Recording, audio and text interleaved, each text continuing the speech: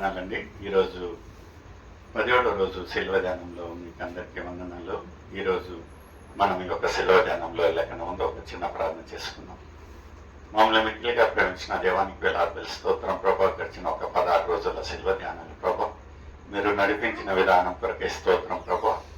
అదే రీతిగా ప్రభా ఈ యొక్క 17వ రోజు శిల్వ ధ్యానంలో మేము అడుగు పెడుతుండగా మీ యొక్క కృప, మీ యొక్క ప్రేమ ద్వారా నడిపిస్తారంటూ సకల మహిమ మీకే చెందేలాగున యేసయ్య పరిశుద్ధ నామమున అడిగి వేడుచున్నాం తండ్రి, ఆమేన్.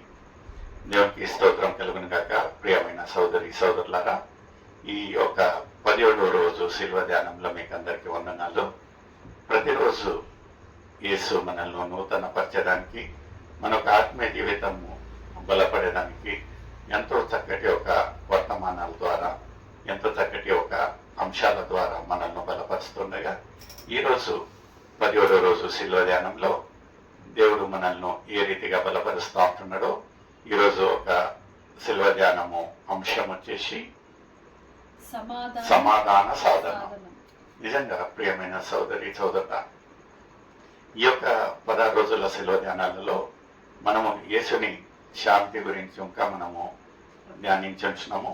ఈరోజు సమాధానం గురించి మనము ధ్యానిస్తుండగా సమాధాన సాధన. నిజంగా ప్రియమైన సోదరి సోదరుడ, ఈ రోజున వాక్య పాఠము ఆదికాండము 26వ అధ్యాయము 26వ వచనం నుంచి 31వ వచనం వరకు చదివేశాను. అంతటా అబీమెలెకును అతని స్నేహితుడైన అహూజాతకును అతని సేనాధిపతి అయిన ఫికోలును గెరారు నుండి అతని యొద్దకంటే ఇసాకు యొద్దకు వచ్చారండి. వీళ్ళు రానికి కారణం ఏముంటున్నది అనేది మనము, వీళ్ళు ఎవరంటే ఇంతకుముందు మనం చూసినట్లయితే దే హ్యాడ్ ఇల్ ట్రీటెడ్, అంటే ఇసాకును ఒక రకంగా వాళ్ళు ఆయనను ట్రీట్ చేసి ఉంటున్నారు. అంటే మంచిగా కాకుండా, సమాధానంగా కాకుండా వేరే రీతిగా వ్యతిరేకించినట్టు వాళ్ళు ఆయనను ప్రవర్తించినట్టు మనం చూస్తూ ఉంటున్నాం. అయితే ఒక చింతించాల్సిన విషయము, ఒకటి విచారణ చేయాల్సిన విషయం ఏముంటున్నారంటే, ఎవరైతే ఇసాకును త్రోసివేశారో అలాంటి వాళ్ళు ఇప్పుడు ఏం చేస్తూ ఉంటున్నారంటే ఇసాకును కలిసి రావడానికి కారణం ఏముంటున్నది అనేది మనం ముందు వాక్యంలో చూస్తూ ఉంటున్నామండి. ఇసాకు మీరు నా మీద పగపట్టి మీ యొద్ద నుండి నన్ను పంపివేశారు. తర్వాత ఎందు నిమిత్తము నా యొద్దకు వచ్చుచున్నారు అని వారిని అడగగా ఇక్కడ చూడండి ప్రియమైన సోదర సోదర, మన యొక్క జీవితాలలో ఎన్నో మాటలు, ఎన్నో రకంగా మనకు ఎన్ని విషయాలలో యూజ్ అండ్ త్రో చేస్తారండి. యూజ్ అండ్ త్రో అంటే మన ఒక దగ్గర నుంచి కావాల్సిన అక్కర తీర్చుకునేంత వరకు మనతో ఉంటారు. ఒకసారి ఆ ఒక్క అక్కర తీరిన తర్వాత మనల్ని త్రోసి వేస్తారు, లేకపోతే అక్కడి నుంచి పక్కన పెట్టేస్తారు. ఇక్కడ ఇంకా అయితే మనము దేవుణ్ణిలో ఉన్నప్పుడు మనం ఎలాంటి ఒక దురుద్దేశం లేకుండా దేవుడు చెప్పిన రీతిగా వాళ్ళు మనల్ని ఎలా ట్రీట్ చేసినను, ఏం చేసినాను, మనం మాత్రము మన దగ్గర నుంచి ప్రేమనే చూపించే రకంగా ఉన్నట్లయితే ఇలాంటి ఒక విషయాలు ఇసాకునొక వాళ్ళు అక్కడి నుంచి త్రోసి వేసినప్పుడు ఇసాక్ ఏం లేదండి, అక్కడి నుంచి బయలుదేరాడు. అయితే ఇప్పుడుండే పరిస్థితి ఎలాంటి ఒక పరిస్థితి అంటే, ఎవరైతే ఇసాకును ద్వేషించారో, ఎవరైతే వ్యతిరేకించారో వారు ఇప్పుడు ఇసాకు దగ్గరికి రావడం చూస్తూ ఉంటున్నాం. అది రానికుండా ఒక బలమైన కారణం ఏముంటుందంటే, ఏమంటున్నారండి, వారు నిశ్చయముగా యెహోవా నీకు తోడై ఉండుట చూచి. చూడండి, ఏమంటే ఊరికే రాలేదండి వాళ్ళు ఆ ఒక్క ఈయన ఎంత శక్తిమంతుడు, ఎందుకంటే ఈయన పక్షాన ఈయన తోడు ఎవరుంటున్నారంటే యెహోవా దేవుడు ఇసాకు తోడు ఉండుట చూచి. ఎందుకంటే ఎన్నో మాటలు మనం ఏమనుకుంటామంటే, దేవుడు మన పక్షం ఉండగా మనకు విరోధులు ఎవరు కదా. If God stands on our side, who can be against us?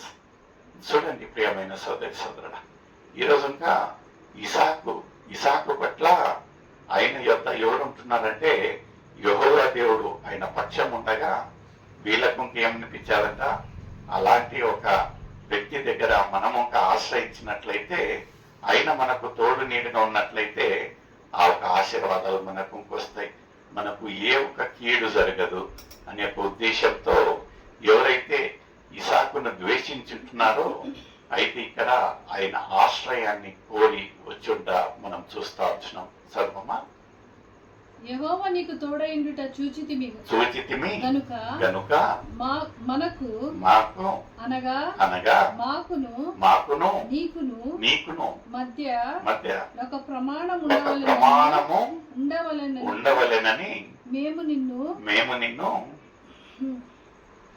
నిన్ను ముట్టకు నీ మేలు తప్ప మరేమియు చేయక నిన్ను సమాధానముగా నేనా మీకు వ్యతిరేకంగా ఉండి మిమ్మల్ని దూరం త్రోసివేసినప్పుడు మేము నిన్ను ఏం హాని చేయలేదు, సమాధానకరంగానే మేము నిన్ను పక్కన పెట్టాము.